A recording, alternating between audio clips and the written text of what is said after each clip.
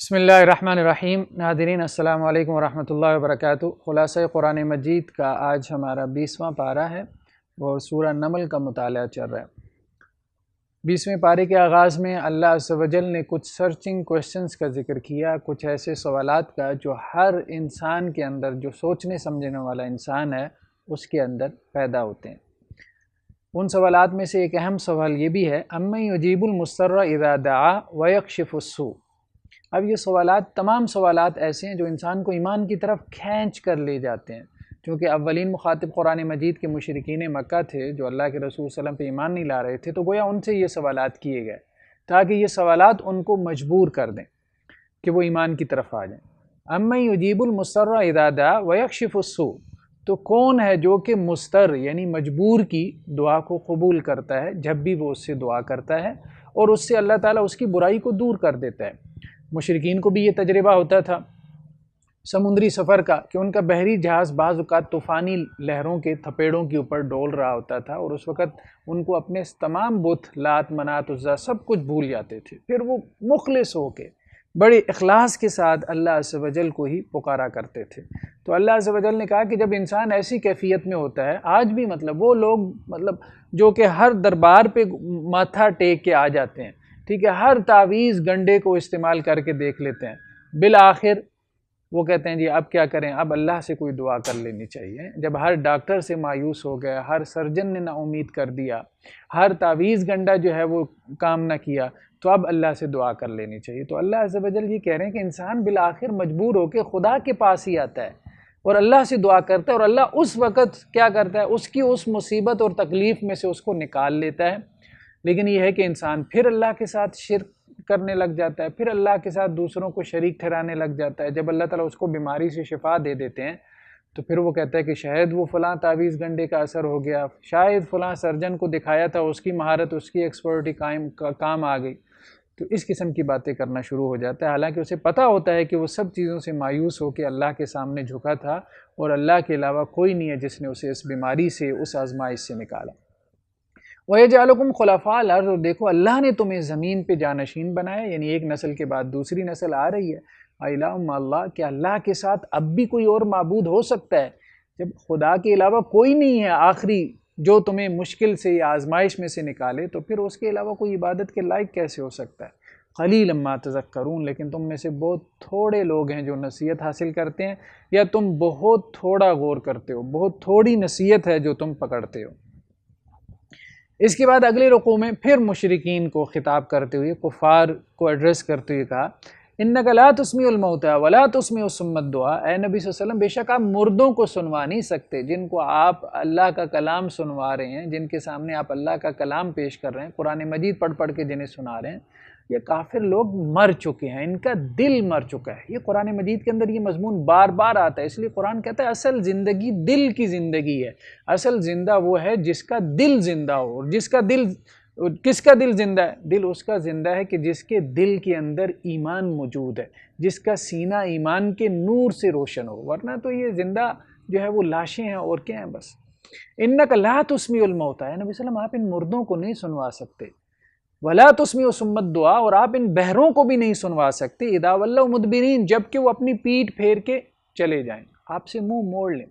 یعنی ایک آدمی بہرا ہے، چلیں اس کو آپ کی آواز نہیں جا رہی، آپ اشارے کنائی سے اس کو سمجھا سکتے ہیں، لیکن یہ ایک طرف سے تو بہرے ہیں، یعنی ان کی روح بہری ہو چکی ہے، یہ ہدایت کو سننے کے قابل نہیں رہ گئے۔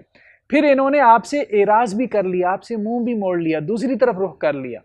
اب ایسی صورتحال میں گویا انہوں نے ہدایت کے سارے رستے اپنے اوپر خود سے بند کر لیے ہیں، تو ایسے شخص کو آپ کیسے ہدایت دے سکتے ہیں جس نے خود سے سارے رستے بند کر لیے ہیں؟ وَمَا أَنْتَ بِهَادِ الْعُمْيِ عَنْ ضَلَالَتِهِمْ، اور آپ اندھوں کو کیسے رستہ دکھا سکتے ہیں ان کے گمراہ ہو جانے کے بعد، ان کے رستہ گم کرنے کے بعد، ان کی ضلالت کے بعد۔ إِن تُسْمِعُ إِلَّا مَن يُؤْمِنُ، آپ تو اس شخص کو سنوا سکتے ہیں، اس کے سامنے اپنی بات پیش کر سکتے ہیں، اس کو آپ کی بات کوئی اثر کر سکتی ہے کہ جو ایمان رکھتا ہے، إِلَّا مَن يُؤْمِنُ بِآيَاتِنَا، جو ہماری آیات پہ ایمان رکھتا ہے، فَهُمْ مُسْلِمُونَ، اور یہی وہ لوگ ہیں جو اللہ کے فرما بردار ہیں۔ تو ہدایت حاصل کرنے کا پہلا کرائیٹیریا کیا ہے، پہلی شرط کیا ہے، پہلی کنڈیشن کیا ہے ہدایت حاصل کرنے کی؟ کہ انسان جو ہے وہ اسلام قبول کر لے، انسان جو ہے وہ ایمان والا ہو، مومن ہو۔ تو گویا ایمان ایک شرط ہے ہدایت حاصل کرنے کے لیے۔ جو شخص مومن نہیں ہے، جس کو مومن بننا نہیں آتا، اسے کبھی ہدایت نہیں مل سکتی۔ اس کے بعد اللہ عز و جل نے قیامت کی نشانیوں میں سے ایک بڑی نشانی کا تذکرہ کیا، جسے دابۃ الارض کہتے ہیں۔ فرمایا وَإِذَا وَقَعَ الْقَوْلُ عَلَيْهِمْ، اور جب ان کے بارے میں عذاب کا وعدہ سچ ثابت ہو جائے گا، یعنی جب آخرت کا وقت قریب آ جائے گا، قیامت کا دن، اخرجنا لهم دابۃ من الارض، تو ہم ان کے لیے زمین سے ایک جانور نکالیں گے، تکلمہم، جو ان سے گفتگو کرے گا۔ تو قیامت کی جو نشانیاں ہیں، signs of the dooms day جو ہیں، وہ کچھ بڑی ہیں، میجر سائنز ہیں، کچھ علامات کبریٰ ہیں، کچھ چھوٹے چھوٹے سے سائنز ہیں جنہیں مائنر سائنس کہتے ہیں۔ تو قیامت کی بڑی نشانیاں 10 ہیں جو احادیث میں آئی ہیں۔ ان میں سے ایک بڑی نشانی دابۃ الارض، یعنی ایک عجیب و غریب قسم کی جانور کا زمین سے نکلنا ہے، جو لوگوں سے گفتگو کرے گا۔ کیا گفتگو کرے گا؟ ان کو ان کے ایمان کے بارے میں، ان کے نفاق کے بارے میں بتلائے گا۔ تو مختلف روایات میں اس جانور کے حوالے سے، اس کی صفات کے حوالے سے کچھ چیزیں جو ہے وہ نقل ہوئی ہیں۔ وہ یہ کہ یہ ایک عجیب و غریب قسم کی مخلوق ہوگی۔ ان الناس کانوا بآیاتنا لا یوقنون، اور یہ اس وجہ سے ہوگا، یعنی اللہ تعالیٰ یہ نشانیاں اس لیے دکھائیں گے قیامت قائم کرنے سے پہلے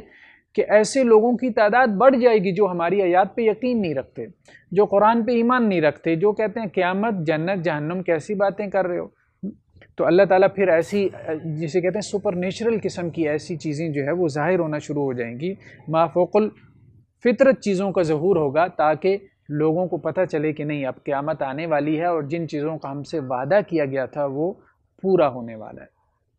اس کے بعد اگلے رکوع کے اندر اللہ عز و جل نے قیامت کے احوال کا تذکرہ کیا، اور قیامت جو ہے وہ قرآن مجید کے بڑے موضوعات میں سے ہے۔ فرمایا وَيَوْمَ يُنفَخُ فِي الصُّورِ فَفَزِعَ مَن فِي السَّمَاوَاتِ وَمَن فِي الْأَرْضِ إِلَّا مَن شَاءَ اللَّهُ، جس دن سور میں پھونکا جائے گا، یہ دوسری مرتبہ کا سور میں پھونکا جانا ہے۔ فرمایا فَفَزِعَ مَن فِي السَّمَاوَاتِ وَمَن فِي الْأَرْضِ، تو جو کچھ آسمان میں ہے اور جو کچھ زمین میں ہے، سب کا سب جو ہے وہ گھبرا اٹھے گا، یعنی اس کے دل میں گھبراہٹ طاری ہو جائے گی۔ تو پہلی مرتبہ کا جب سور پھونکا جائے گا تو سب کچھ فنا ہو جائے گا، سب کچھ ختم ہو جائے گا، صرف اللہ کی ذات باقی رہ جائے گی۔ دوسری مرتبہ کا جب سور پھونکیں گے حضرت اسرافیل علیہ السلام، تو سب قبروں سے اٹھ کے کھڑے ہو جائیں گے۔ تو اب کیا ہوگا کہ اس سور پھونکنے سے گھبراہٹ طاری ہوگی دل کے اوپر، عجیب و غریب قسم کی گھبراہٹ۔ الا من شاء اللہ، ہاں کچھ لوگ ہوں گے کہ جن کو اللہ تعالیٰ چاہے گا تو اس گھبراہٹ سے محفوظ رکھیں گے، اور یہ اہل ایمان میں سے ہوں گے جو اس دن کی گھبراہٹ سے محفوظ رہیں گے۔ وَكُلٌّ أَتَوْهُ دَاخِرِينَ، اور سب کے سب اللہ کے پاس آ جائیں گے بڑے عاجزی کے ساتھ، انکساری کے ساتھ، بڑی ہمبلنس کے ساتھ، سب اللہ کے سامنے میدان حشر میں جمع ہو جائیں گے،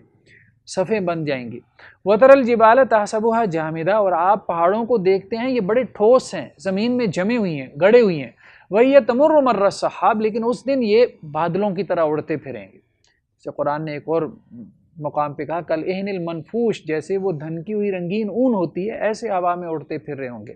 تو یہ کیفیت جب ہوگی پہاڑوں کی، تو انسان کی کیفیت کیا ہوگی؟ مطلب اس کی گھبراہٹ کی، یا اس کے جو ہے وہ زمین پہ پاؤں ٹکی نہیں رہوں گے۔ سن اللہ الذی اتقن کل شیء، یہ پہاڑ اللہ کی تخلیق ہیں، دیکھیں اللہ نے ان کو کتنا مضبوط بنایا، یہ قیامت والے دن ہل جائیں گے تو انسان کیا چیز ہے۔ انہ خبیر بما تفعلون، بے شک اللہ تعالیٰ جو تم عمل کر رہے ہو اس سے باخبر ہے۔ تو یہ گویا کہ قیامت کے احوال کو بیان کرنے کا مقصد بھی یہ ہے کہ اس دل کا ایک ڈر اور خوف انسان کے اندر پیدا ہو کہ ایک دن میں نے اللہ کے سامنے پیش ہونا ہے، اپنے اعمال کا جواب دینا ہے، تاکہ اس کے لیے انسان تیاری کرے۔ کیونکہ آخرت پر جو ایمان ہے، جب تک آخرت پر ایمان مضبوط نہیں ہوتا اس وقت تک انسان کا عمل درست نہیں ہو سکتا۔ یعنی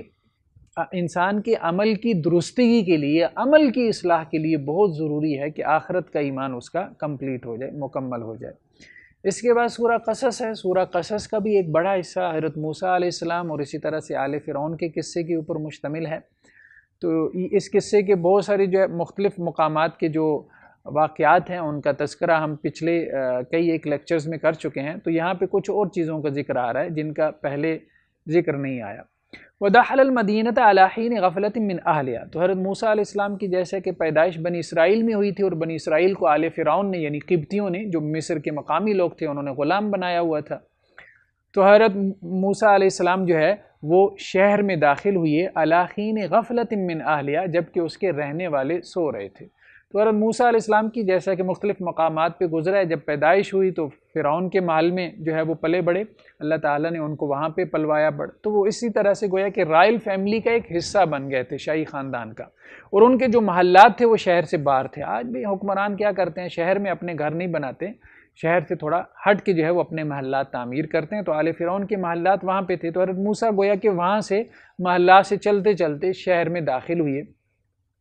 جبکہ لوگ سو رہے تھے، یعنی دوپہر کا وقت تھا۔ فوجد فیہا رجلین یقتتلان، تو دو لوگ آپس میں لڑ رہے تھے، گلیاں سنسان تھیں، کوئی بھی مطلب بشر دور دور تک نظر نہیں آ رہا تھا۔ ھذا من شیعتی وھذا من عدوی،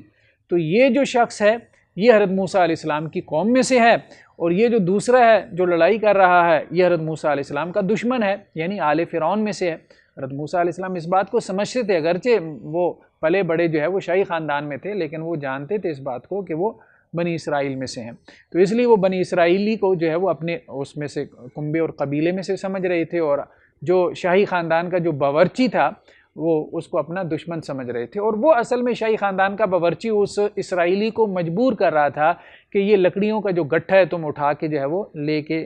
چلو میرے ساتھ، گویا کہ وہ اسے بیگار لینا چاہ رہا تھا بغیر کسی معاوضے کے۔ فاستغاثہ الذی من شیعتی علی الذی من عدوی، تو اب اس نے پکارا جو کہ حضرت موسیٰ علیہ السلام کی قوم میں سے تھا، یعنی بنی اسرائیلی جو تھا، اس نے حضرت موسیٰ سے مدد طلب کی اپنے دشمن کے خلاف، یعنی اس شاہی باورچی کے خلاف، کہ یہ موسیٰ مجھ سے زیادتی کر رہا ہے، مجھ سے کام بھی لینا چاہ رہا ہے اور اس کا معاوضہ دینے کو، مزدوری دینے کو تیار نہیں۔ تو وہ اس پہ جھگڑا ہو گیا اور وہ دبا رہا تھا بنی اسرائیلی کو، وہ جو قبطی تھا، شاہی باورچی تھا۔ فوقظہ موسیٰ، تو ایسے میں حضرت موسیٰ درمیان میں آئے اور انہوں نے اس کو غصے میں مکہ دے مارا۔ پچھلا بھی بہت غصہ تھا کہ یہ بہت بیگار لیتے تھے۔ فقضى علیہ، تو اب حضرت موسیٰ علیہ السلام کا وہ مکہ ایسا لگا اس کو کہ وہ اس کا کام تمام ہو گیا۔ قال ھذا من عمل الشیطان، تو حضرت موسیٰ فوراً پکار اٹھے یہ تو شیطان کا کام ہو گیا۔ تو شیطان کا کام اس اعتبار سے بھی کہ وہ قتل ہو گیا، اور دوسری ایک اور اہم بات اس میں یہ ہے کہ چونکہ پوری قوم محکوم تھی نا بنی اسرائیل، تو اب اگر پتہ چل جاتا کہ بنی اسرائیل میں سے ایک شخص نے شاہی خاندان کے آل فرعون کے ایک بندے کو مار دیا ہے، تو اب وہ پوری قوم کے اوپر چڑھائی کر دیتے، ٹھیک ہے، تو اس سے پوری قوم کا جو ہے وہ بہت نقصان ہوتا تھا۔ یعنی محکوم قوم کی طرف سے اگر کوئی تھوڑی سی بھی زیادتی ہو جائے تو اس کا جوابی جو رسپانس آتا ہے، اب جیسے ہم دیکھتے ہیں کہ کشمیر میں جو ہے اگر چھاپہ مار کارروائیاں مجاہدین کی طرف سے ہوتی ہیں، تو اب اس کا جب جوابی رسپانس آتا ہے تو وہ بستیوں کی بستیاں جو ہے وہ ان کو جو ہے وہ اجاڑ دیا جاتا ہے۔ اسی طرح سے فلسطین میں اگر ہم دیکھتے ہیں کہ وہاں پہ مجاہدین کی طرف سے کوئی 2-4 راکٹ جو ہے وہ فائر کیے جاتے ہیں اسرائیل کی طرف، ان کے ظلم کے جواب میں، ان کے ظلم، لیکن ان کی طرف سے جب جوابی رد عمل آتا ہے تو پھر وہ بہت زیادہ رد عمل آتا ہے، اس میں بہت سارے لوگوں کی جو ہے وہ شہادت ہو جاتی ہے، سویلینز کی، شہریوں کی۔ تو حضرت موسیٰ علیہ السلام اب اس اعتبار سے بھی ڈر رہے تھے کہ اگر ان کو پتہ چل گیا کہ یہ موسیٰ کے ہاتھوں جو ہے وہ ہمارے ایک بندے کا قتل ہوا، تو کہیں بنی اسرائیل کے اوپر یہ نہ چڑھ دوڑیں۔ تو قال ھذا من عمل الشیطان، یہ تو شیطان کا کام ہو گیا، انہ عدو مضل مبین، شیطان تو کھلا دشمن ہے۔ اب حضرت موسیٰ علیہ السلام جو ہے وہ پھر یہاں سے نکل پڑے کہ کہیں ان کو معلوم نہ ہو جائے، تو انہوں نے مصر کو چھوڑ دیا تو مدین کی طرف چل پڑے۔ جب مدین وہاں پہ پہنچے تو اللہ تعالیٰ نے اس قصے کو پھر تفصیل سے بیان فرمایا کہ وہاں پہ بعض لوگوں نے کہا کہ وہ حضرت شعیب علیہ السلام تھے، بعض لوگوں نے کہا کہ نہیں حضرت شعیب نہیں تھے، اللہ کے کوئی نیک بندے تھے، بہرحال جو بھی تھے، تو ان کے ہاں حضرت موسیٰ علیہ السلام نے جو ہے وہ 10 سال جو ہے وہ ملازمت کی، تو انہوں نے اپنی ایک بیٹی کا نکاح حضرت موسیٰ کے ساتھ کر دیا۔ تو حضرت موسیٰ علیہ السلام اب اپنی اہلیہ کو لے کے مدین سے واپس مصر کی طرف آئے ہیں کہ 10 سال کا عرصہ گزر چکا، وہ لوگ بھی بھول چکے ہوں گے، تو اب ظاہری بات ہے ایک تڑپ تو تھی نا، اپنے والدین، اپنے بہن بھائی، اپنی قوم کے لوگ سارے تو مصر میں تھے۔ فلما قضى موسى الاجل وسار باهله آنس من جانب الطور نارا، تو حضرت موسیٰ علیہ السلام نے جب وہ مدت 10 سال کی پوری کر دی تو اب وہ اپنی اہلیہ کو لے کے واپس چلے ہیں۔ تو اب مدین سے مصر کی طرف آ رہے ہیں، تو رستے میں کوہ طور کے قریب سے گزر ہوا، تو وہاں پہ رستہ بھول چکے تھے، تو انہوں نے طور کی ایک جانب جو ہے وہ آگ دیکھی۔ قال لأهلهم امكثوا انی آنست نارا، تو اپنی اہلیہ سے کہنے لگے حضرت موسیٰ آپ یہاں ٹھہریں، میں نے آگ دیکھی ہے، لعلی آتیکم منہا بخبر، ہو سکتا ہے وہاں کوئی شخص موجود ہو جس نے آگ جلائی ہوئی ہے، اس سے کوئی رستہ معلوم کر لوں، او جذوۃ من النار، یا کوئی آگ کا انگارہ لے آؤں، مطلب سردیوں کی راتیں ہیں، کوئی روشنی کا بھی اور اسی طرح سے جو ہے وہ گرمی اور حرارت کی بھی کام آئے گا۔ لعلکم تستلون، شاید کہ تم اس آگ کو سیک سکو۔ تو یہ گویا کہ حضرت موسیٰ علیہ السلام کو یہاں پہ واپسی پہ مدین سے مصر کی طرف آتے ہوئے نبوت ملی، اور اللہ تعالیٰ نے حضرت موسیٰ علیہ السلام کو 2 مشن اسائن کیے تھے۔ ایک مشن یہ تھا کہ فرعون کو دعوت دینی ہے کہ وہ ایمان لے آئے، اور دوسرا یہ تھا کہ بنی اسرائیل کو فرعون کی غلامی سے نجات دلوا کے فلسطین میں لے جانا ہے، جو ان کے آباء و اجداد کا اصل وطن تھا۔ تو حضرت موسیٰ علیہ السلام کا قصہ ہم بار بار دیکھ رہے ہیں، تفصیل سے بیان ہو رہا ہے۔ اس کی وجہ یہ ہے کہ ایک تو رسول اللہ صلی اللہ علیہ وسلم جس طرح سے دعوت کا کام کر رہے ہیں، تو گویا کہ اللہ کے رسول صلی اللہ علیہ وسلم کے لیے مختلف آزمائشیں آ رہی ہیں دعوت کا اس کام کرتے ہوئے۔ تو یہ بتایا جا رہا ہے کہ آپ سے پہلے موسیٰ علیہ السلام اور جو بڑے جلیل القدر انبیاء گزرے ہیں، ان کو بھی ایسی ایسی آزمائشیں پیش آئیں،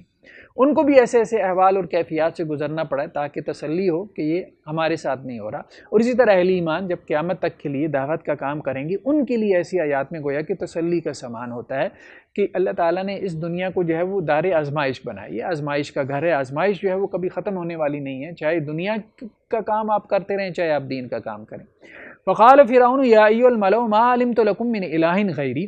اور جب حضرت موسیٰ علیہ السلام نے آ کے اب فرعون کو دعوت دی ہے بھرے دربار کے اندر، تو اب فرعون اپنے وزراء کی طرف، اپنے مشیروں کی طرف، اپنے درباریوں کی طرف دیکھ کے کہنے لگا مجھے تو نہیں معلوم میرے علاوہ بھی تمہارا کوئی معبود ہو سکتا ہے۔ مطلب وہ جیسے بہت اچھا ایکٹر بھی تھا۔ فوقد لی حامان علی الطین، تو اب اپنے وزیر حامان سے کہنے لگا، جو اس کا سیکنڈ تھا، ایک طرح سے پرائم منسٹر تھا، تو اس کو فرعون کہنے لگا کہ اے حامان تو ایسا کر کے مٹی کے نیچے آگ جلا، مطلب پختہ اینٹیں تیار کر، جیسے بھٹے میں اینٹیں تیار ہوتی ہیں، فجعل لی صرخا، اور میرے لیے ایک بڑا محل تعمیر کر، لعلی اطلع الی الہ موسیٰ، میں اس محل پہ چڑھ کے جھانکوں گا آسمان میں کہ کیا موسیٰ کا الہ موجود ہے، وانی لاظنہ من الکاذبین، اور میرا گمان ہے کہ موسیٰ تو جھوٹوں میں سے ہے معاذ اللہ۔ تو گویا اس نے ایک چال چلی۔ حضرت موسیٰ علیہ السلام نے کہا نا کہ ایک پروردگار ہے جو آسمانوں کے اوپر ہے، تو اب گویا اس نے کہا کہ میرا جو ہے، جیسے انہوں نے مصریوں نے بڑے بڑے پیرامڈز تعمیر کیے تھے، لیکن اب وہ کتنے بڑے پیرامڈز، کچھ بھی نہیں ہے، مطلب اس زمانے کے اعتبار سے بڑے تھے لیکن آج کے اعتبار سے کیا ہے، کچھ بھی نہیں ہے۔ تو اہرام مصر جو ہے اگرچہ ایک عجوبہ، ایک شاہکار ہیں، لیکن یہ ہے کہ اب اتنا بڑا محل اس کے لیے تعمیر بھی کر لیا جاتا ہے، تو وہ کیا آسمان تک پہنچنے والا محل تھا اس کا؟ بالکل نہیں، ایسی ایک فضول سی بات اس نے کی، اور نہ ہی اس کے لیے ایسا کوئی محل تعمیر کیا گیا۔ تو یہ تو اس زمانے کے فرعون تھے۔ آج کل کے زمانے کے جو فرعون، جیسے رشینز نے جب اپنے خلائی شٹل وغیرہ بھیجیں، اب یہ تو کمیونسٹ تھے، یہ تو مذہب جو ہے وہ اینٹی، جسے کہتے ہیں کہ ریلیجن، مطلب مذہب مخالف جو ہے وہ قوم ہے،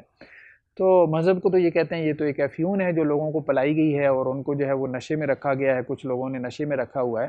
تو اب جب انہوں نے اپنے شٹلز وغیرہ خلا میں بھیجے ہیں، اب کتنا اوپر گئے ہیں؟ کچھ بھی نہیں، ابھی تک تو انسان مارس تک بھی نہیں پہنچ پایا، بلکہ جو چاند پہ پہنچا ہے اس کے بارے میں بھی ڈیبیٹ ہے۔ مارس تو، مریخ تو ہم سے نیکسٹ اسٹار ہے نا، ابھی تو ہم وہاں بھی نہیں پہنچے،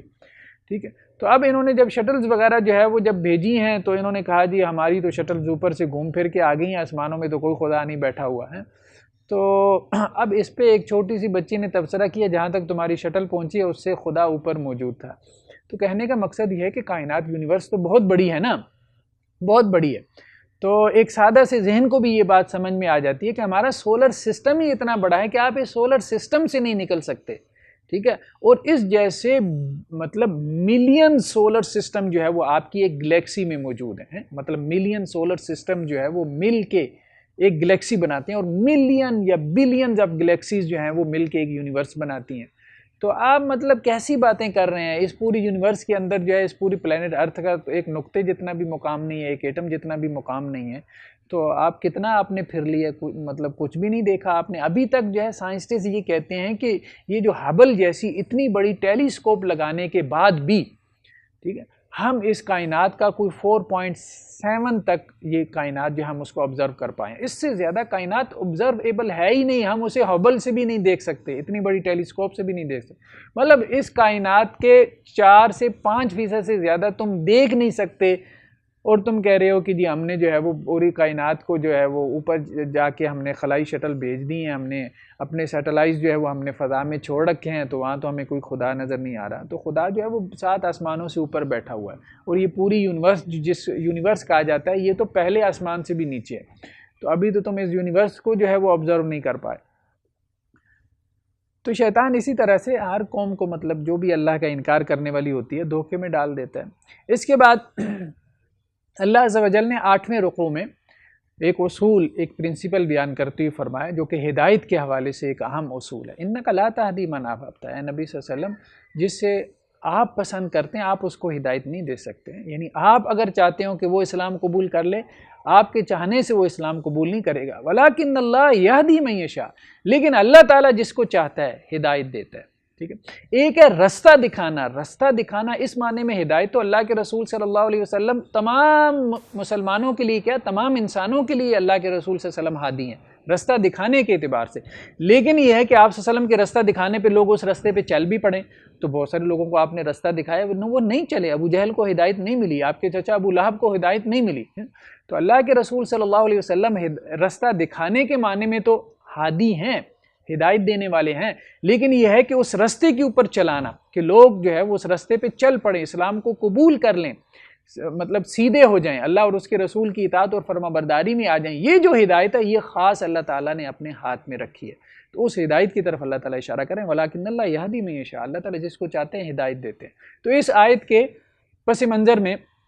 یعنی اس کا جو ہسٹوریکل بیک گراؤنڈ ہے اس میں ایک واقعے کا بھی تذکرہ مفسرین نے کیا ہے جو کہ صحیح روایات میں، صحیح مسلم میں بھی موجود ہے، اس کے علاوہ بھی بعض روایات کے اندر موجود ہے مختلف کتب احادیث کے اندر، کہ اللہ کے وسلم کے چچا حضرت ابو طالب جنہوں نے بہت زیادہ رسول اللہ صلی اللہ علیہ وسلم کی مدد فرمائی تھی، مطلب کفار کے مقابلے میں بہت زیادہ آپ کے ساتھ آپ کی نصرت فرمائی، آپ کی جو ہے وہ آپ کو سپورٹ کیا، تو جب ان کی وفات کا وقت قریب آیا تو اللہ کے رسول ان کے پاس گئے اور انہیں کہا کہ آپ کلمہ پڑھ لیں، آپ صرف لا الہ الا اللہ کہہ لیں، قیامت والے دن میں انشاءاللہ آپ کے معاملے میں اللہ سے جو ہے وہ مجادلہ جھگڑا کروں گا، آپ صرف لا الہ الا اللہ کہہ دیں، ایک مرتبہ کہہ دیں۔ تو اس وقت ابو جہل وغیرہ اور کچھ بڑے سرداران قریش بھی وہاں پہ پہنچ گئے، تو انہوں نے حضرت ابو طالب کو کہا کہ آپ اپنے باپ دادا کے دین کو چھوڑ دیں گے، موت سے آپ ڈر گئے، تو ان کے آخری کلمات یہ تھے کہ نہیں، میں عبد المطلب یعنی اپنے باپ کے دین کے اوپر جو ہے وہ فوت ہوتا ہوں، تو اس کے اوپر جو ہے وہ اللہ عز و جل کی طرف سے یہ آیات نازل کی گئیں، بلکہ بعض روایات میں یہ بھی آتا ہے اللہ کے رسول صلی اللہ علیہ وسلم کو کہا گیا کہ حضرت ابو طالب نے آپ کو اتنی سپورٹ کی کہ اللہ تعالیٰ آپ کی سفارش ان کے حق میں قبول نہیں کرے گا، تو اللہ کے رسول نے کہا ہاں میری سفارش ان کے حق میں اتنی قبول ہوگی کہ جہنم میں سب سے کم عذاب جو دیا جائے گا وہ ان کو دیا جائے گا، یعنی جہنم کی آگ صرف ان کے ٹخنوں تک پہنچے گی، اس سے زیادہ نہیں۔ لیکن اس سے پتہ یہ چلتا ہے کہ جہنم سے نکلنے کے لیے ضروری ہے کہ انسان نے کلمہ پڑھا ہو، یعنی وہی شخص جو ہے وہ جہنم سے بچ سکتا ہے یا جہنم سے نکال لیا جائے گا یا جنت میں داخل ہوگا جو کہ کلمہ پڑھنے والا ہے۔ اس کے بعد اللہ عز و جل نے پچھلی قوموں کے جو عروج و زوال کا ایک اصول ہے اس کو بیان فرمایا، تہذیبیں جو ہیں وہ پیدا ہوتی ہیں دنیا میں، تہذیبیں جو ہے وہ ختم ہو جاتی ہیں، اسی طرح سے جیسے کلیش آف سویلائزیشن، خیر ایک بڑا موضوع ہے آج کل ہمارے ہاں سوشل سائنسز کے اندر کہ تہذیبیں کس وجہ سے عروج پکڑتی ہیں، قومیں جو ہے وہ کس وجہ سے سپر پاورز بنتی ہیں، پھر کیوں ان کو زوال آتا ہے۔ ایک وقت تھا بنو امیہ آئے، پھر بنو عباس آئے، ہماری بھی ایک ہسٹری ہے نا، ایک تاریخ ہے، پھر بنو عباس کو کیوں زوال آیا، کیوں تتاری آئے، اور ہماری جو ہے وہ جو ہمارا اس وقت کا عباسی جو ایک خلافت تھی اس کا جو کیپٹل تھا بغداد، اس کی اینٹ سے اینٹ بجا دی انہوں نے۔ وَكَمْ أَهْلَكْنَا مِنْ قَرْيَةٍ بَطِرَتْ مَعِيشَتَهَا فَتِلْكَ مَسَاكِنُهُمْ لَمْ تُسْكَنْ مِنْ بَعْدِهِمْ إِلَّا قَلِيلًا، تو اللہ تعالیٰ پچھلی قوموں اور پچھلی جو سپر پاورز تھیں، پچھلی جو تہذیبیں تھیں، جو پچھلے تمدن تھے، ان کے احوال بیان کرتے فرما رہے ہیں مشرکین مکہ سے کہ دیکھو تمہارے دل میں یہ ڈر ہے، یہ خوف ہے کہ تم اسلام قبول کر لو گے تو دنیا تمہیں اکیلا چھوڑ دے گی، جیسے آج ہمیں کہا جاتا ہے کہ بھئی پتھر کے زمانے میں تم کو پہنچا دیں گے، اگر ہماری جو ہے وہ شرائط کو تم نے نہ مانا ہے تو تمہارے ساتھ یہ کر دیں گے، اس قسم کی جو ہے وہ معاشی پابندیاں لگا دیں گے، اور یہ سب کچھ وہ کرتے ہیں، IMF کرتی ہے، ورلڈ بینک کرتا ہے، اسی طرح سے جو بھی دنیا کی سپر پاورز ہیں، امریکہ ہے، وہ سب کچھ کرتے ہیں، مسلمانوں کے ساتھ، مسلم سٹیٹس کے ساتھ یہ کرتے ہیں۔ وَكَمْ أَهْلَكْنَا مِنْ قَرْيَةٍ بَطِرَتْ مَعِيشَتَهَا، اور کتنی قومیں ہیں جن کو ہم نے ہلاک کیا جو اپنی معیشت کے اوپر بڑا اتراتی تھیں۔ ورلڈ اکانومی، اتنی بڑی اکانومی امریکہ کی، چائنا کی ہے، لیکن آج سے 200-400 سال بعد آپ دیکھیے گا پتہ ہی نہیں ہوگا۔ آج سے پہلے آپ دیکھیں نا، مطلب آج سے تقریباً 100 سال پہلے برطانیہ کو دیکھیں، کہا جاتا ہے کہ برطانیہ جو ہے وہ اتنے ممالک کے اوپر قابض تھا کہ کبھی اس کی سرزمین پہ سورج غروب ہی نہیں ہوتا تھا۔ تو آج برطانیہ کیا ہے؟ آج برطانیہ جو ہے اپنی سروائیول کی جنگ لڑ رہا ہے، مطلب اس کی جو ہے وہ اسکاٹ لینڈ اس سے جو ہے وہ علیحدہ ہونا چاہتا ہے۔ اسی طرح سے جو ہے وہ بریگزٹ کا جو اس کے گلے میں جو ہے وہ ایک ہڈی اٹکی پڑی ہے، وہ اس کے گلے سے جو ہے وہ نکل ہی نہیں رہی۔ تو آج برطانیہ کی یہ کیفیت ہے۔ وَكَمْ أَهْلَكْنَا مِنْ قَرْيَةٍ بَطِرَتْ مَعِيشَتَهَا، تو تم دیکھو کیسی قومیں تھیں جو اپنی معیشت پہ بڑا اطراتی تھیں، فتلک مساکنہم، تو یہ ان کے گھر ہیں، لم تسکن من بعدہم الا قلیلا، اور ان کے بعد جو ہے وہ بہت کم لوگ ان کے گھروں میں رہے ہیں، ان کے گھر، ان کے شہر وہ ویران ہو گئے، کھنڈرات میں تبدیل ہو گئے، ان کی جگہ نئے شہروں نے لے لی۔ وَكُنَّا نَحْنُ الْوَارِثِينَ، اور ہم ہی ان کے وارث تھے۔ وَمَا كَانَ رَبُّكَ مُهْلِكَ الْقُرَىٰ حَتَّىٰ يَبْعَثَ فِي أُمِّهَا رَسُولًا، اور آپ کا رب بستیوں کو ہلاک نہیں کرتا یہاں تک کہ ان بستیوں کی جو ماں ہے، جو ان بستیوں کا دارالخلافہ ہے، جو ان بستیوں کا کیپٹل ہے، جب تک اللہ تعالیٰ وہاں پہ رسول نہیں بھیج دیتا اس وقت تک اللہ تعالیٰ عذاب نازل نہیں کرتا۔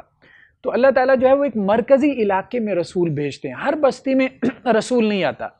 مطلب جیسے دیکھیں نا آپ، پاکستان ایک علاقہ، اس کا ایک کیپٹل ہے، اسی طرح سے جو ہے وہ القریٰ مکہ مکرمہ کو کہا گیا کہ وہ بستیوں کی ماں ہے، ارد گرد کی جتنی بستیاں تھیں، مدینہ ہے، طائف ہے، ان سب کے لیے، کیونکہ وہاں سے لوگ آتے تھے، حج کے لیے آتے تھے، عمرہ کے لیے آتے تھے، اور وہاں پہ گویا کہ انٹرنیشنل قسم کی وہ ایک مارکیٹ تھی، حج کے زمانے میں خاص طور پہ وہاں پہ بازار لگا کرتے تھے، تو پورے عرب سے جو ہے وہ قافلے آیا کرتے تھے۔ تو اللہ سبحانہ و تعالیٰ جو ہے وہ مرکزی علاقے کے اندر، کیپٹل کے اندر، دارالخلافہ میں جو ہے وہ اللہ عز و جل رسول بھیجتے ہیں، کیونکہ وہاں پہ مختلف قوموں کے لوگ آتے ہیں، ٹھیک ہے، پھر وہاں سے جو ہے وہ اپنی قوموں میں اس طرح سے میسج جو ہے وہ اللہ کے دین کا پھیل جاتا ہے، تمام لوگوں تک پہنچ جاتا ہے۔ تو اللہ تعالیٰ جب تک کسی علاقے کے مرکز میں، سینٹر میں جب تک رسول نہ بھیج دیں، اس وقت تک اللہ تعالیٰ اس قوم کے اوپر، ان بستیوں پہ عذاب نازل نہیں کرتے، کیونکہ رسول بھیج کے ایک حجت تمام ہو جاتی ہے۔ یتلو علیہم آیاتنا، اور وہ رسول کیا کرتے ہیں؟ ان کے اوپر ہماری آیات پڑھتا ہے۔ وما کننا مہلک القریٰ الا واہلها ظالمون، اور ہم بستیوں کو ہلاک نہیں کرتے مگر اس حال میں کہ وہ ظالم ہوں۔ جب بستیوں والے ظالم ہو جاتے ہیں، ظلم کے اوپر جو ہے وہ اپنی حکومتیں قائم کرتے ہیں، ظلم کی بنیاد پہ جو ہے وہ اپنی جو ہے وہ سٹیٹس کو رن کر رہے ہوتے ہیں، تو پھر اللہ سبحانہ و تعالیٰ کہتے ہیں پھر ہم ظلم کی حکومت کو برداشت نہیں کرتے، تو پھر ہم اپنا عذاب جو ہے وہ نازل کر دیتے ہیں۔ مطلب یہ ہے کہ ظلم پہ مبنی سٹیٹ جو ہے وہ کبھی قائم نہیں رہ سکتی۔ جو تہذیب اور تمدن جو ہے وہ ظلم کی بنیادوں پہ کھڑی ہے، وہ تہذیب و تمدن کبھی بھی جو ہے وہ لمبے عرصے تک قائم نہیں رہ سکتی، اس کو زوال ہی زوال آنا، چاہے وہ مسلم تہذیب ہو چاہے وہ نان مسلم تہذیب ہو، اللہ تعالیٰ ظلم کو برداشت نہیں کرتا۔ اس کے بعد 10ویں رکوع کے اندر اللہ عز و جل نے دنیا اور آخرت کا تقابل کرتے ہوئے فرمایا افمن وعدنا وعدا حسنا فهو لاقی۔ دیکھو دو قسم کے لوگ ہیں، ایک وہ ہے جس سے ہم نے وعدہ کیا، اچھا وعدہ کیا، اور وہ اپنے وعدے سے ملنے والا ہے، اللہ نے اس سے کمٹمنٹ کی ہے کہ بھائی دنیا میں جیسی تیسی زندگی ہے گزار لو، آزمائشیں ہیں گزار لو، لیکن یہ ہے کہ آخرت میں تمہارے لیے ہم نے بڑا کچھ تیار کر رکھا ہے، اللہ نے اس سے یہ کمٹمنٹ کی۔ ایک تو یہ شخص ہے، اور اسے اللہ کی اس کمٹمنٹ پہ، اللہ کے اس وعدے پہ بڑی امید ہے۔ کمم متانا و متال حیات دنیا، دوسری طرف ایک کافر ہے، مشرک ہے، منافق ہے، اس کو ہم نے دنیا کا بہت ساز و سامان دے دیا، مال و دولت ہے، سب کچھ ہے۔ ثم و یوم القیامت من المحضرین، پھر قیامت والے دن وہ اللہ کے سامنے حاضر ہوگا، جزا و سزا اس سے حساب کتاب لیا جائے گا، اس کی اکاؤنٹیبلٹی ہوگی، اس کو جہنم کے اندر پھینکا جائے گا۔ تو کیا یہ دونوں شخص برابر ہو سکتے ہیں؟ ٹھیک ہے، ایک وہ ہے جو دنیا میں آزمائش میں ہے لیکن یہ ہے کہ آخرت میں اس کے لیے عیشی عیش ہے، ایک وہ ہے جس کے لیے دنیا میں عیشی عیش ہے لیکن آخرت میں وہ کیا ہوگا؟ جہنم میں حاضر ہونے والے لوگوں میں سے ہوگا۔ تو کیا دونوں برابر ہو سکتے ہیں؟ کبھی بھی برابر نہیں ہو سکتے، کیونکہ یہ دنیا کی جو زندگی آخرت کے مقابلے میں کچھ بھی نہیں ہے۔ اللہ کے رسول صلی اللہ علیہ وسلم نے فرمایا کہ جیسے تم سمندر کے اندر ایک انگلی ڈالو اور تمہاری انگلی پہ جتنا پانی لگ جاتا ہے، تو یہ جو تمہاری انگلی پہ لگی ہوئی پانی کی نسبت ہے سمندر کے پانی کے ساتھ، یہی ہے دنیا کی زندگی آخرت کے مقابلے میں، بلکہ اتنی بھی نہیں ہے۔ اور رسول اللہ صلی اللہ علیہ وسلم کی ایک اور حدیث ہے، آپ صلی اللہ علیہ وسلم نے فرمایا کہ اگر مچھر کے پر کے برابر بھی دنیا کی حیثیت ہوتی اللہ کی نظر میں، اللہ کی نگاہ میں، تو اللہ تعالیٰ کافر کو ایک گھونٹ پانی تک نہ دیتا۔ تو اللہ عز و جل مختلف مقامات پہ دنیا اور آخرت کا تقابل کرتے ہیں تاکہ انسان جو ہے وہ آخرت کے لیے ایفرٹ کرے، آخرت کے لیے محنت کرے۔ اس کے بعد اللہ عز و جل نے مزید جو ہے وہ 10ویں رکوع کے اندر اپنی کچھ نشانیوں کو بیان کرتے ہو کہ کس طرح سے اللہ تعالیٰ اس کائنات کی تدبیر کر رہے ہیں۔ یہ نہیں کہ اللہ نے ایک دفعہ انسان کو پیدا کیا، اس کائنات کو، زمین آسمان کو پیدا کر کے چھوڑ دیا، بس یہ چلتے ہی چلے جا رہے ہیں، نہیں، ایسا نہیں۔ اللہ تعالیٰ جو ہے اس کے اندر انٹرفیس کرتے رہتے ہیں، اب مطلب اللہ تعالیٰ کی انٹرفیرنس جو ہے وہ اس کے اندر موجود ہے، اللہ تعالیٰ جو ہے وہ اس کے اندر مداخلت کرتے رہتے ہیں اور کر سکتے ہیں، اور اللہ کی جو ہے وہ پلاننگ کے تحت یہ دنیا کا سارا نظام جو ہے وہ چل رہا ہے۔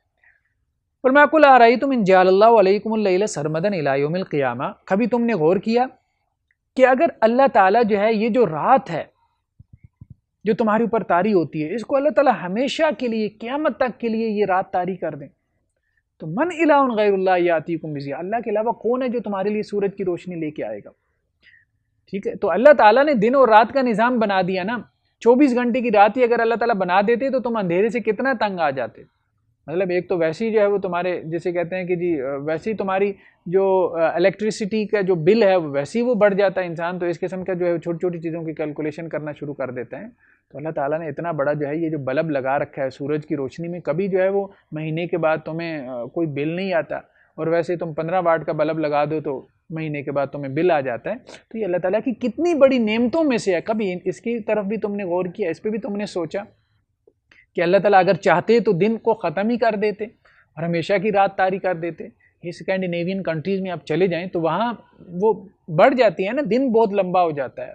اور بعض اوقات جو ہے وہ رات بہت لمبی ہو جاتی ہے. تو لوگ کتنے تنگ پڑ جاتے ہیں، بہت تنگ پڑ جاتے ہیں. افلا تسمعون، تو کیا تم سنتے نہیں ہو؟ مطلب ان باتوں کے اوپر غور نہیں کرتے. اسی طرح سے اللہ تعالیٰ نے یہ کہا کہ اگر اللہ تعالیٰ چاہے تو تمہارے اوپر جو ہے وہ ہمیشہ کے لیے دن طاری کر دے، یعنی رات نہ آئے، ٹھیک ہے، کہ جس کے اندر تم سکون حاصل کر سکو. تو پھر تم کیا کرو گے؟ کون ہے جو تمہارے لیے رات لے کے آئے گا؟ تو یہ اللہ تعالیٰ کی ذات ہے کہ اللہ تعالیٰ نے دن بھی بنایا کہ جس کے اندر تم باہر نکلو اور تم اپنے لیے کمائی کر سکو، ٹھیک ہے، اپنے کام کاج جو ہے وہ کر سکو، اپنی روزی روٹی کا جو ہے وہ معاملہ کر سکو. اور اللہ نے تمہارے لیے رات کا اندھیرا بھی بنایا جس میں تم سکون حاصل کر سکو، جس میں تم آرام کر سکو. تو یہ اللہ کی نعمتوں میں سے، بڑی نعمتوں میں سے ہے دن اور رات کا نظام. اس کے بعد 11ویں رکوع میں اللہ عز و جل نے، چونکہ وہی حضرت موسیٰ علیہ السلام کا قصہ بیان ہوا، آل فرعون کا بھی ذکر آیا، تو اب آل فرعون میں اس کے جو وزراء اور اس کے جو مشیران تھے ان میں سے ایک کا نام جو ہے وہ قارون تھا. تو قارون جو ہے، ان قارون کان من قوم موسیٰ، ایک اور مقام پہ اللہ عز و جل نے کہا کہ قارون جو حضرت موسیٰ علیہ السلام کی قوم میں سے تھا. جیسے دیکھیں نا، یہاں پہ انگریز آئے تو انگریزوں نے کیا کیا؟ یہاں پہ انڈو پاک میں یہاں پہ قبضہ کرنے کے لیے انہوں نے یہاں کے لوگوں کو خریدا، بڑے بڑے جو ہے وہ ان کو جاگیریں عطا کیں، یہاں پہ غدار پیدا کیے جن کی وفاداریاں انہوں نے خریدی، ان کو سر کے خطاب دیے، ان کو بڑی بڑی جاگیریں دیں، الاٹ کی. تو یہی کام جو ہے وہ فرعون نے بھی کیا بنی اسرائیل کے ساتھ، کہ بنی اسرائیل میں سے جو لوگ تھوڑے سے جو ہے وہ چال باز قسم کے تھے، تھوڑے سے چلاک تھے، تیز تھے، ایکٹیو تھے، تو ان کو بڑی بڑی جاگیریں الاٹ کی، ان کو ٹھیکے دیے، ان کو جو ہے وہ اپنی وزارتیں دیں، اور اب اس کے بدلے میں ان کی وفاداریاں جو ہے وہ خرید لیں. تو یہ قارون جو ہے وہ بنی اسرائیل میں سے تھا، حضرت موسیٰ علیہ السلام کا چچا زاد بھائی تھا. لیکن دوسری طرف جو ہے وہ گویا کہ ایک طرح سے غداری کر رہا تھا اپنی قوم کے ساتھ، بنی اسرائیل کے ساتھ، اور آل فرعون کے ساتھ ملا ہوا تھا. فرعون کے درباریوں میں سے تھا، اس کے قریبی ساتھیوں میں سے تھا، اور فرعون اس کے بدلے میں جو ہے وہ اس کو بڑے بڑے گویا کہ ٹھیکے الاٹ کر رہا تھا. تو اس کے جو خزانے ہیں قارون کے وہ بہت معروف ہیں، یہاں تک کہ محاورہ یعنی ضرب المثل بن گئی ہے، تمہارے پاس تو قارون کا خزانہ ہے. تو قرآن نے کہا اتنے خزانے تھے کہ ان خزانوں کی چابیاں جو ہے جوانوں کی ایک جماعت کے لیے اٹھانا مشکل تھا، اتنا اس کے پاس خزانہ تھا. لیکن اللہ تعالیٰ نے اسے اس کے خزانوں سمیت زمین کے اندر دنسا دیا. یہ دولت کیا کام، کچھ بھی کام نہیں آئے گا، اللہ کے مقابلے میں کچھ بھی کام نہیں آئے گا. تو فخرج علی قومی فی زینتی، تو ایک دن جو ہے وہ قارون نکلا اپنی قوم میں اپنی زیب و زینت کے ساتھ، بڑے ٹھاٹ باٹ کے ساتھ، گھوڑے کے اوپر اپنے لاؤ لشکر کے ساتھ، اپنی دولت کی نمود و نمائش کرتے ہوئے. جیسے آپ دیکھیں میڈیا کے اندر، خاص طور پہ فلموں کے اندر، کس طرح سے دولت کی نمود و نمائش ہوتی ہے اور ہماری نوجوان نسل کے ذہن بگاڑے جاتے ہیں. اتنے بڑے بڑے محلات، اس قسم کا جو ہے وہ لگزوریس لائف سٹائل ہے. اب یہ لوگ اس سے متاثر ہو جاتے ہیں کہ ایسا لائف سٹائل ہے. تو فخرج علی قومی فی زینتی، تو وہ بڑی زیب و زینت کے ساتھ، بڑی آرائش کے ساتھ قوم کے اوپر نکلا بنی اسرائیل کے سامنے. قال الذین یریدون الحیات الدنیا، تو جو لوگ دنیا کی زندگی کے طلبگار تھے تو وہ کیا کہنے لگے، یا لیت لنا مثل ما اوتی قارون، اے کاش کہ ہمیں بھی قارون جیسی زندگی، ہمارا بھی ایسا لائف سٹائل ہوتا، ہمارے بھی ایسے ٹھاٹ باٹ ہوتے. جیسے دیکھیں نا، اب جو فلموں میں جو خاص طور پہ ایکٹرز ہوتے ہیں، جو ہیروز ہوتے ہیں، ان کو جس طرح سے آئیڈیلائز کیا جاتا ہے، بلکہ ان کو آئیڈلز بنا کے، بت بنا کے جس طرح سے پوجا جاتا ہے. پرانے زمانے میں تو بتوں کی تصویریں لگتی تھیں بزرگوں کی، تو اب جو فلاں ہیرو کی تصویر جو ہے وہ لگا دیتے ہیں. مطلب نوجوان کیا کرتے ہیں، اپنے بیڈ روم کے اندر ہیں، شاہ رخ خان کی تصویر لگا دی، ٹھیک ہے، عاطف اسلم کی تصویر لگا دی، صبح کھڑے ہو کے اس کا دیدار کر رہے ہیں بس. تو انہ لذو حظ عظیم. تو اب جو لوگ دنیا پرست تھے تو وہ کہنے لگے کیا لائف سٹائل ہے، کیا اللہ نے اس کو شہرت دی ہے، کیا وہ سیلیبریٹی ہے، کاش کہ ہم بھی ایسے ہوتے، لوگ ہماری بھی ایسی فالوئنگ ہوتی، ہمیں بھی لوگ ایسے پوچھتے، ہمارے بھی پیچھے لوگ جو ہے وہ ایسے جان دیتے، ہمارے بارے میں بھی لوگ ایسے ریمارکس دیتے. انہ لذو حظ عظیم. قارون کو تو اللہ نے بڑی دنیا دی ہے، بڑی دنیا دی ہے، بڑا خوش نصیب اور بڑا خوش بخت ہے۔ وقال الذین اوتوا العلم، اور جن لوگوں کو اللہ نے علم دیا تھا، علم کی دولت سے جن کو اللہ نے سرفراز کیا تھا، علم بہت بڑی دولت ہے، بہت بڑی دولت ہے۔ وَإِلَكُمْ ثواب اللہ، تو وہ ان کو کہنے لگے جو قارون جیسی زندگی کی خواہش کر رہے تھے، جیسے ہمارے یہاں نوجوان کرتے ہیں، تمہاری ہلاکت ثواب اللہ خیر لمن آمن وعمل صالحا، اللہ کی طرف سے جو بدلہ ملنے والا ہے ایمان والوں کو اور نیک عمل کرنے والوں کو، وہ بہت بہتر ہے اس سے جو یہ تم دیکھ رہے ہو۔ ولا یلقى الا الصابرون، لیکن یہ صبر کرنے والوں کو ہی ملے گا، جو دنیا میں صبر کریں گے۔ دنیا میں تو ظاہری بات ہے یہ ٹھاٹ باٹ نہیں ملے گا، لیکن آخرت میں یہ ملے گا، جو دنیا میں صبر کرے گا اس کو آخرت میں ملے گا۔ تو اللہ نے کہا فَخَسَفْنَا بِهِ وَبِدَارِ الْأَرْضِ، تو ہم نے اس کو اس کے گھر سمیت زمین کے اندر دھنسا دیا، یعنی قارون کو۔ اب جب لوگوں نے دیکھا اس کا انجام، تو پھر وہ لوگ جو کہ خواہش کر رہے تھے کہ اے کاش ہماری بھی زندگی اس جیسی ہوتی، تو اب وہ کہنے لگے کہ اللہ نے ہمیں بچا لیا، بہت ہی اچھا ہوا، اللہ نے ہمیں جو ہے وہ اس کے انجام سے بچا لیا۔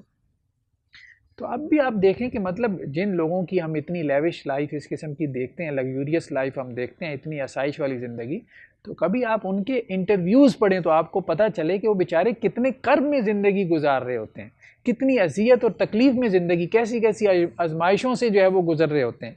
لیکن یہ ہے کہ میڈیا پہ بہرحال اس زندگی کا ایک رخ جو ہے وہ ایک پہلو دکھایا جاتا ہے، کیونکہ اسی سے جو ہے وہ ان کا بزنس چلتا ہے۔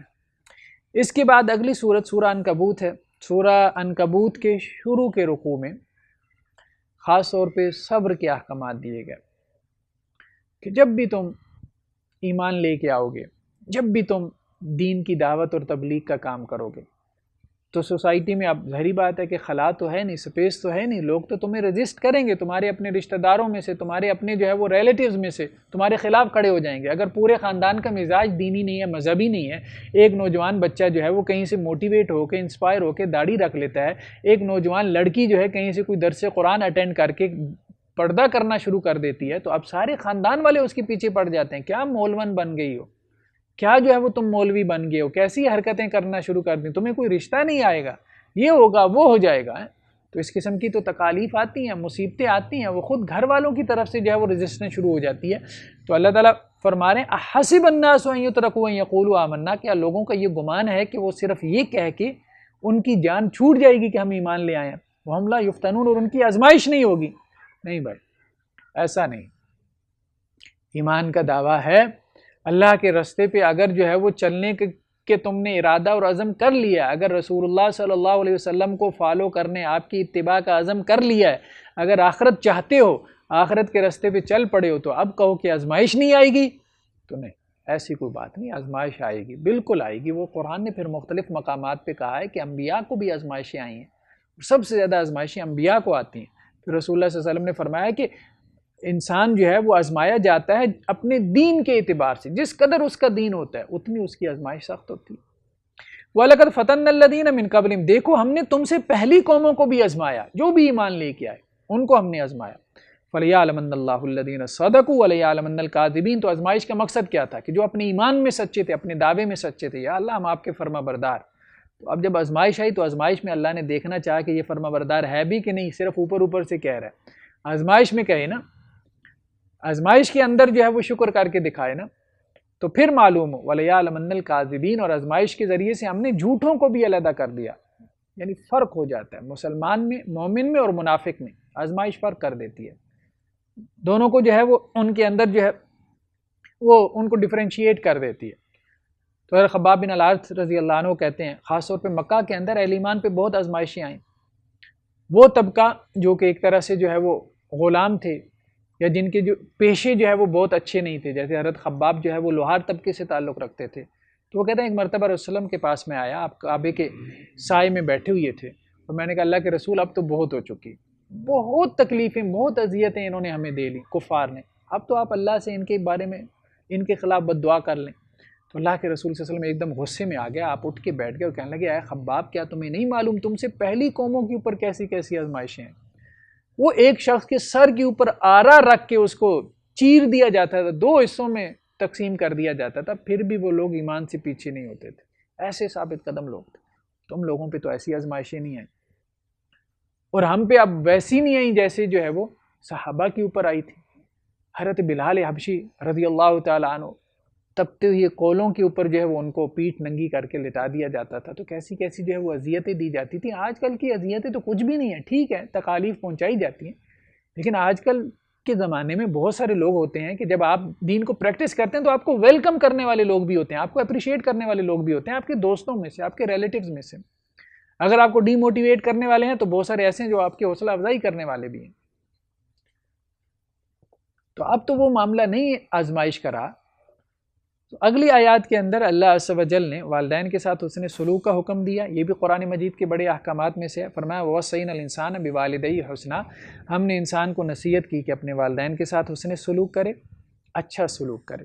وَإِن جَاهَدَاكَ لِتُشْرِكَ بِي مَا لَيْسَ لَكَ بِهِ عِلْمٌ, اور دیکھو اگر تمہارے والدین تمہارے ساتھ جھگڑا کریں تاکہ تم میرے ساتھ کسی کو شریک ٹھہراؤ, یعنی والدین تمہیں مجبور کریں شرک کرنے پہ. اب شرک کی تمہارے پاس کوئی دلیل نہیں ہے, فَلَا تُطِعْهُمَا, تو والدین کی بات نہیں مانی, پھر نہیں ماننی. یہ بات صحابہ کے ساتھ بھی ہوا, جیسا کہ حضرت مصعب کے بارے میں آتا ہے کہ وہ جب ایمان لے آئے تو ان کی والدہ نے جو ہے وہ کھانا پینا چھوڑ دیا تھا 3 دن تک, اور قسم اٹھا لی تھی میں کھاؤں گی نہیں, پیوں گی نہیں, اور تم سے گفتگو نہیں کروں گی جب تک تم واپس اپنے مشرکانہ دین میں نہیں آ جاتے. تو وہ بھی ڈٹے رہے, نوجوان تھے, صاحب ایمان تھے, کہنے لگے نہیں کبھی واپس نہیں آؤں گا.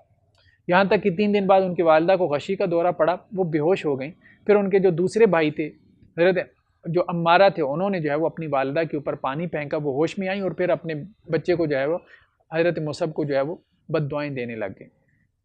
اور کہنے لگیں کہ اللہ نے تمہیں حکم دیا ہے کہ تم میری اطاعت کرو, میں تمہاری والدہ ہوں, تو تم میری اطاعت کیوں نہیں کر رہے, تم باپ دادا کے دین کی طرف واپس کیوں نہیں لوٹ رہے. تو اس پہ یہ آیات نازل ہوئیں. والدین کی اطاعت کا اللہ نے حکم دیا ہے, اللہ نے والدین کے ساتھ حسن سلوک کا حکم بھی دیا ہے, لیکن دنیاوی معاملات میں جہاں دین کا معاملہ آ جائے تو وہاں والدین کی اطاعت نہیں ہے, وہاں اللہ اور اس کے رسول صلی اللہ علیہ وسلم کی فرما برداری ہوگی. لیکن دنیا کے معاملے میں پھر بھی ان کے ساتھ حسن سلوک کرتے رہو, چاہے تمہارے والدین کافر ہی کیوں نہ ہو, چاہے مشرک ہی کیوں نہ ہو. ان کے کافر اور مشرک ہونے سے ان کا حق ختم نہیں ہو جاتا, حسن سلوک کا حق وہ باقی رہتا ہے. الیہ مرجعکم فانبئکم بما کنتم تعملون, میری طرف تم سب نے لوٹ کے آنا ہے تو میں تمہیں خبر دے دوں گا جو تم عمل کرتے تھے. تو بہت دفعہ ایسا ہوتا ہے کہ والدین ایک ایسی خواہش کر رہے ہوتے ہیں کہ جو شرعاً جائز نہیں ہوتی, تو ایسے میں ایک نیک بچہ جو ہے وہ اپنے دل ہی دل میں کوڑتا بھی رہتا ہے, یعنی اپنے والدین کی بات نہیں بھی مانتا لیکن دل ہی دل میں کوڑتا بھی رہتا ہے کہ یار میں اپنے والدین کی نافرمانی کر رہا ہوں, ان کا دکھ, ان کا دل جو ہے وہ دکھا رہا ہوں. تو اس کے اوپر یہ آیات نازل ہوں کہ نہیں, اس پہ کوڑنے کی ضرورت نہیں. اس کے بعد 14ویں رکوع میں حضرت نوح علیہ السلام کے واقعے کی طرف اشارہ ہے کہ وَلَقَدْ أَرْسَلْنَا نُوحًا إِلَىٰ قَوْمِهِ فَلَبِثَ فِيهِمْ أَلْفَ سَنَةٍ إِلَّا 50 عَامًا. ہم نے نوح علیہ السلام کو ان کی قوم کی طرف بھیجا. تو ہم نے پہلے بھی ذکر کیا تھا کہ یہ دجلہ الفرات کے درمیان کی جو سرزمین ہے, خاص طور پہ عراق کے اندر میسوپوٹیمیا کا جو علاقہ ہے, یہاں پہ حضرت نوح علیہ السلام مبعوث ہوئے, اور یہ جو قوم تھی یہ بت پرست تھی. تو حضرت نوح جو ہے وہ ان کے اندر 950 سال تک تبلیغ کرتے رہے. فَأَخَذَهُمُ الطُّوفَانُ وَهُمْ ظَالِمُونَ, کیونکہ پہلے زمانے میں لوگوں کی عمریں بڑی تھیں, ہزار سال تک جو ہے ان کی عمر چلی جاتی تھی.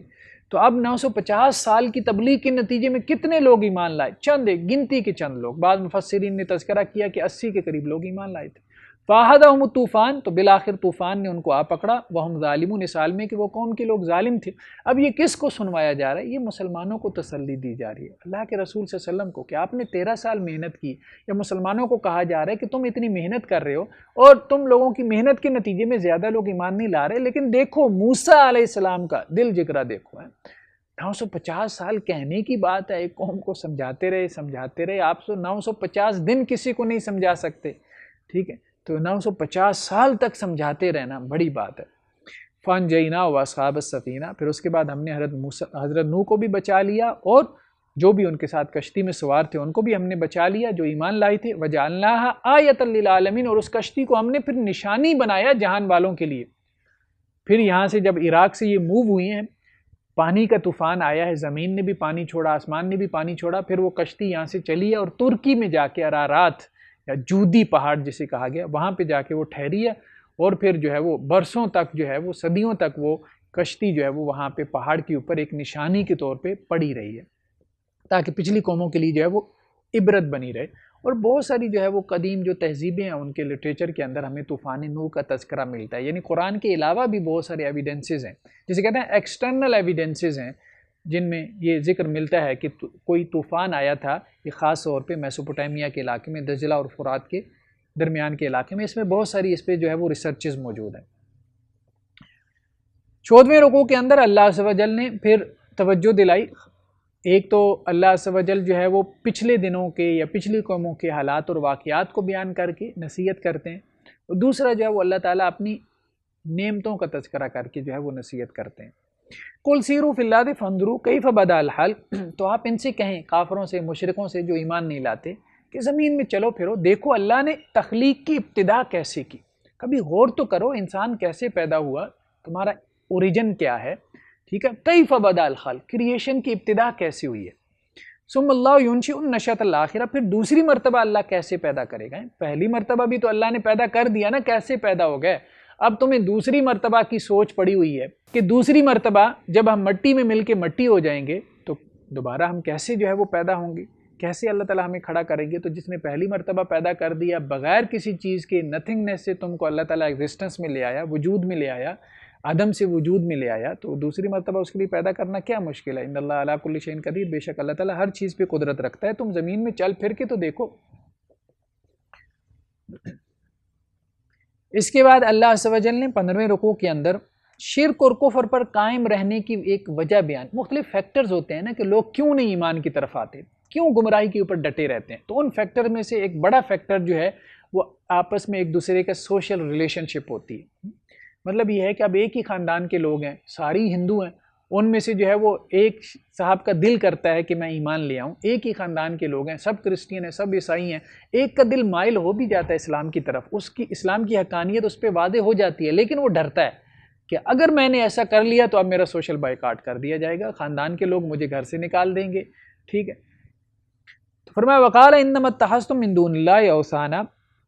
اور حضرت ابراہیم علیہ السلام نے کہا اپنی قوم کے لوگوں سے کہ دیکھو تم نے یہ جو اللہ کے علاوہ بت بنا رکھے ہیں جن کی تم پوجا کرتے ہو، مودت بینکم فی الحیات الدنیا، یہ دنیا کی زندگی میں تم نے ایک دوسرے کے ساتھ جو محبتیں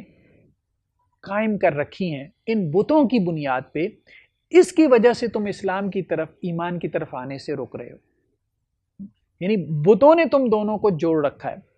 عصبیتیں ہوتی ہیں نا، مختلف عصبیتیں ہوتی ہیں، جیسے مسلکی عصبیت ہوتی ہے، کسی جو ہے وہ سیاسی پارٹی کی عصبیت ہے جس کی وجہ سے لوگ جو ہے وہ اب وہ اس پارٹی کے ساتھ جو ہے وہ جڑے ہوئے ہیں، اب اس کی بنیاد پہ جو ہے وہ حق بات قبول کرنے سے رکے ہیں. میں چونکہ فلاں پارٹی کا ہوں، اب دوسری پارٹی کی ہر بات جو ہے وہ غلط ہے، میری پارٹی کی ہر بات جو ہے وہ صحیح ہے. ٹھیک ہے، کوئی کسی مسلک کے ساتھ جو ہے وہ وابستہ ہوتا ہے، اس مسلکی عصبیت اس کے اوپر غالب آ جاتی ہے اور وہ حق بات کو قبول کرنے سے رک جاتا ہے. میں یہ آپس کی تمہاری محبتیں ہیں، یہ آپس کی تمہاری جو ہے وہ سوشل ریلیشن شپس ہیں جو تم کو حق بات کی طرف آنے سے روکتے ہیں. ثم یوم القیامت یکفر بعضکم ببعض ویلعن بعضکم بعضا، قیامت والے دن یہی رشتہ دار ایک دوسرے کا انکار کریں گے اور ایک دوسرے کے اوپر لعنتیں بھیجیں گے کہ تمہاری وجہ سے جو ہے وہ ہم ایمان نہیں لا سکے، تمہاری وجہ سے ہم حق بات کو قبول نہیں کر سکے. ومأواکم النار، لیکن تم سب کا ٹھکانہ آگ ہوگا. وما لکم من ناصرین، اور تمہارے لیے کوئی مددگار نہیں ہوگا. اس کے بعد 16ویں رکوع میں اللہ عز و جل نے عذاب کی کچھ صورتیں بیان کی. پچھلی قوموں کے اوپر جو عذاب آئے تو اس کی 4 صورتوں کا تذکرہ کیا. فَكُلًّا أَخَذْنَا بِذَنبِهِ، جو بھی پچھلی قومیں گزری تو ان کے جو گناہ تھے، قوموں کے جو اجتماعی گناہ تھے، ہم نے ان کے گناہوں کے اوپر ان کو پکڑا.